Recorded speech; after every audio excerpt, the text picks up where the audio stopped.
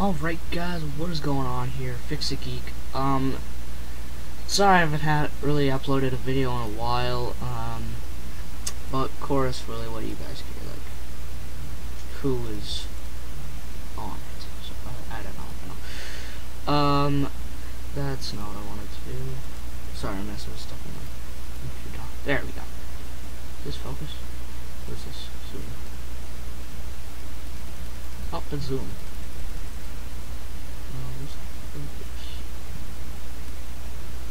Sorry, I'm messing with my webcam stuff.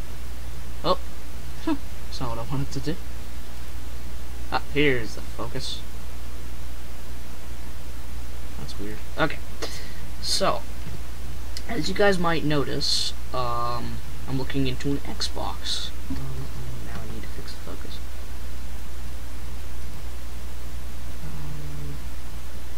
There we go. So I'm looking into an original Xbox.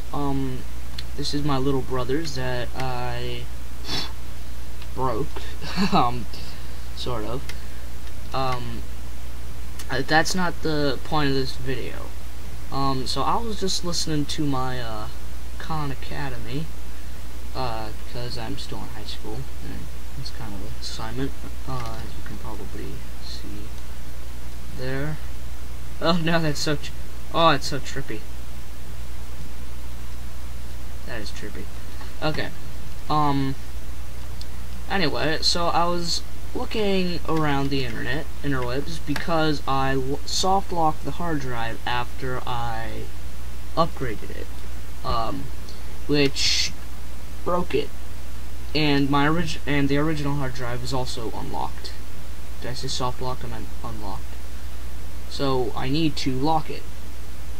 And since I can't do that within the Xbox, I have to connect it to my computer, do it there. But in order to get the hard drive key, I have to rip it off, dump it off of the EEPROM on the Xbox. So, as I was looking around here on this original Xbox, as my arm is in the way of the light,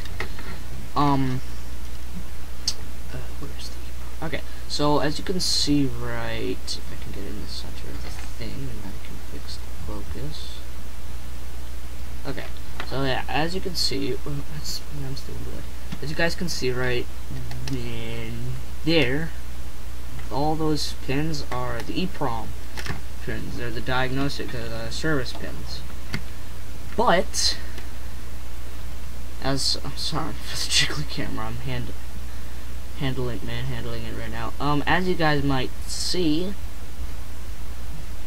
there. Oh my gosh! I gotta. Yeah.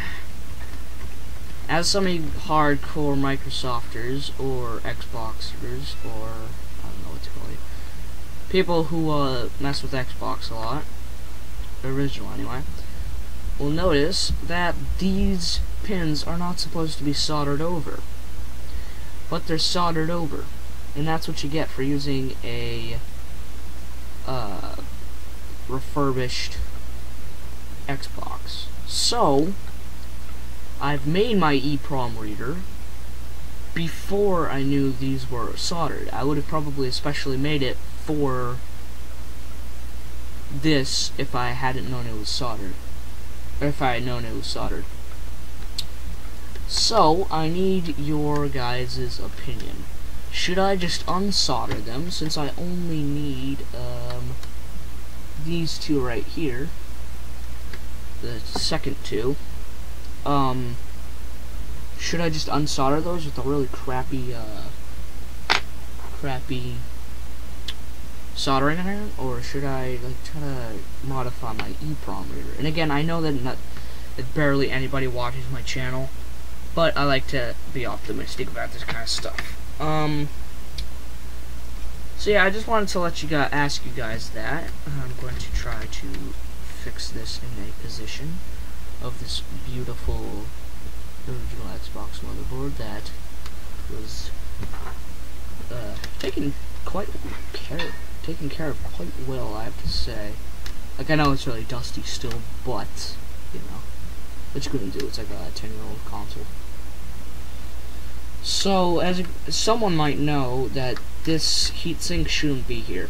It's true, I put that there. It's a N64 heatsink because I noticed that that NVIDIA chip got hot over time, and it doesn't get nearly as hot as it used to with that thing there.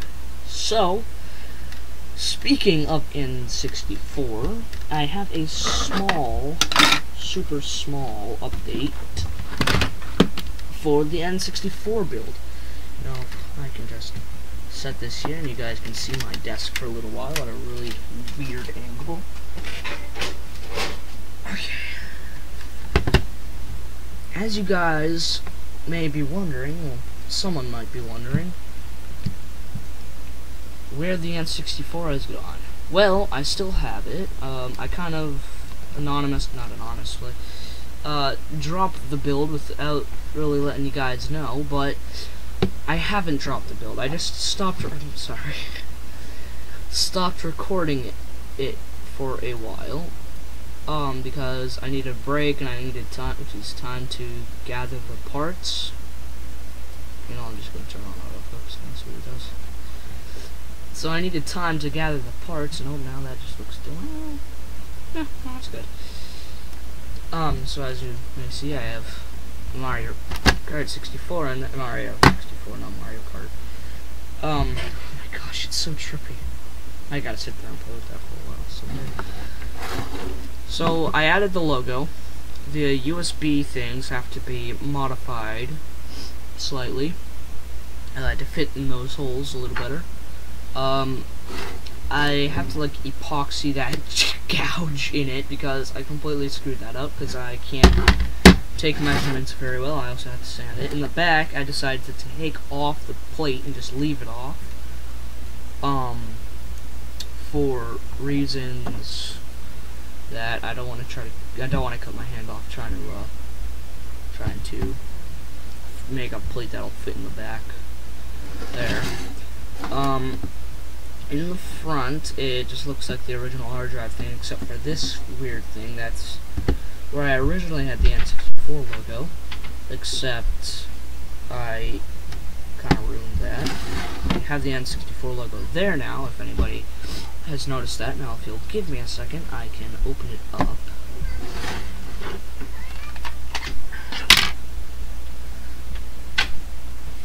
The thing about this is that it's a real pain in the ass to open. Sorry, but it is. Oh, it's still not open. Just got the side plates off. Okay. Now there is change to last time you guys saw it. I added a new heatsink into it. It's a rather official, unofficial heatsink. It is a Foxconn heatsink that I ripped off of a motherboard, because I didn't need it.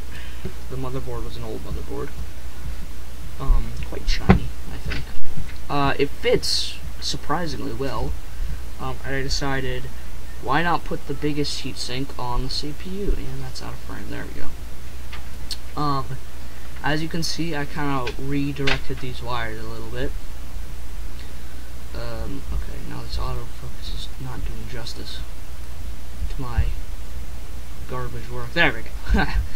I think the LED works. I'm not sure. We might have to make a hole for that.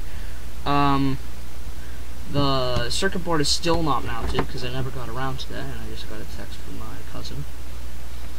Now on the bottom, I don't want the heatsink to fall, so I'm not going to shove it off. It's not even looking at it. That's upside down. Oh my gosh. I'm not good with operating a camera. Okay, now on the bottom right there, I soldered all the connections so we don't have to hot glue them. That's right there. Okay, now, right there, on this heatsink, I had to put a spacer over the two RAM chips because they didn't, because this since that chip is higher than these RAM chips, the heatsink would have bent over that, it wouldn't make for a very good connection. Now I still have to mount these. I haven't actually mounted the heat sinks yet. But yeah, the board itself is operational. I do have a jumper pack kicking around here somewhere. I would get an expansion pack, except right now my funds are not doing so good. But that's for another story that I'm really not going to go into. Right there, if anybody's wondering, that big open spot that has an unusual amount of thermal paste on it, that is where the power supply will go. You know, that big hunky thing that would connect. Yeah, if I can, that would connect right there. Come on, light there, right there. Except I don't like that there, but I'm still gonna have it an option if you ever want to connect it through that, for that classic feeling. But we will have a connection looking. Hold on, if I can find it. I do this, so it's just gonna be like that, plugged in right to the back. I can't reach the port because it's plugged into my power strip for some reason. So yeah. I just wanted to let you, oh my gosh, it's bright. Just wanted to let you guys know about that stuff. I know not a lot of you guys care, but I like to be loyal to my own YouTube channel. It's more of a vlog than